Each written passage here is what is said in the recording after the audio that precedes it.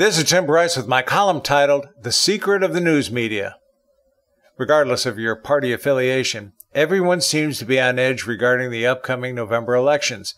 When you add on top of this the concern over the COVID-19 virus and the violence and looting in our cities, the country is getting worn out, depressed, and frankly, very angry.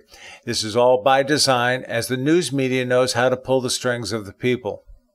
Let me preface my remarks by describing my participation in the 2016 election when I followed the press corps to several Trump rallies in my state. One of the first things I learned was how immoral these people were and how they gladly sacrificed honest reporting for the almighty dollar. Ever since the United States went to a 24/7 news cycle in 1980, the reporting of news media has been manipulated by executives for competitive purposes. And this goes for all media outlets, be it television, newspaper, radio, magazine, and so on. Fewer and fewer reporters are allowed to produce honest copy. Most must follow the guidelines as prescribed by their bosses. To illustrate, before all of the Trump rallies I attended, those members of the press who produced written copy had finished their work prior to Mr. Trump taking the podium. The next day I would read their copy and realize it had nothing whatsoever to do with what was actually said during the rally, making the reporting completely fallacious and nonsensical. It was just plain wrong. It was at this time I learned the news media was in the business of making money, big money. Naively, I had believed reporters tried to report fairly and accurately, but this is simply not so. To make money, they have to create an audience following, and there is nothing better than to create intrigue a la sensationalism. Let me give you an example. If the press reported an incumbent will likely win re-election and the challenger will be easily defeated, there would be no intrigue and consequently no audience interest and no income. However, if it is reported the underdog will likely upset the incumbent, then the press creates intrigue, resulting in a bigger audience and makes more money on advertising, regardless if it is true or not.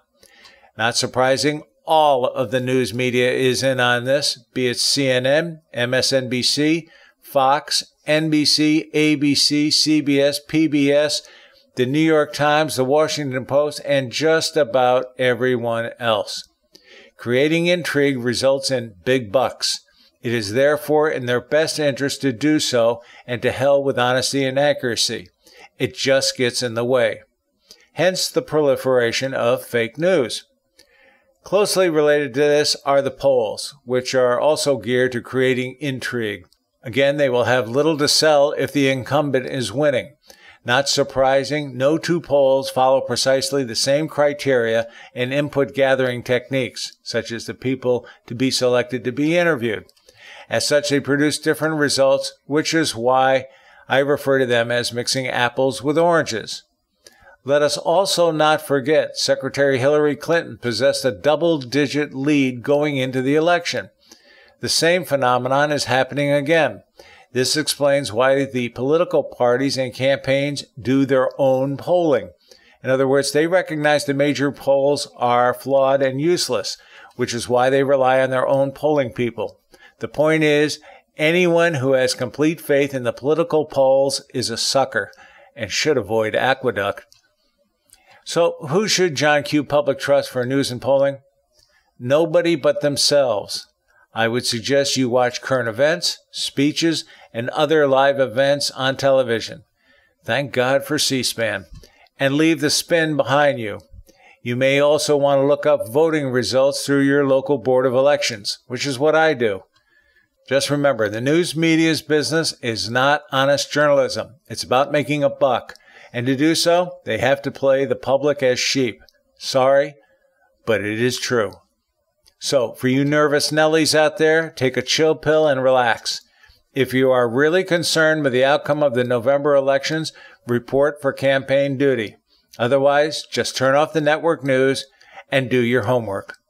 Therefore, the lesson today is simple. Do not trust half of what you read.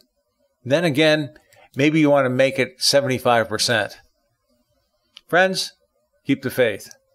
It's Tim Bryce in Palm Harbor, Florida. Follow me on the internet at timbryce.com.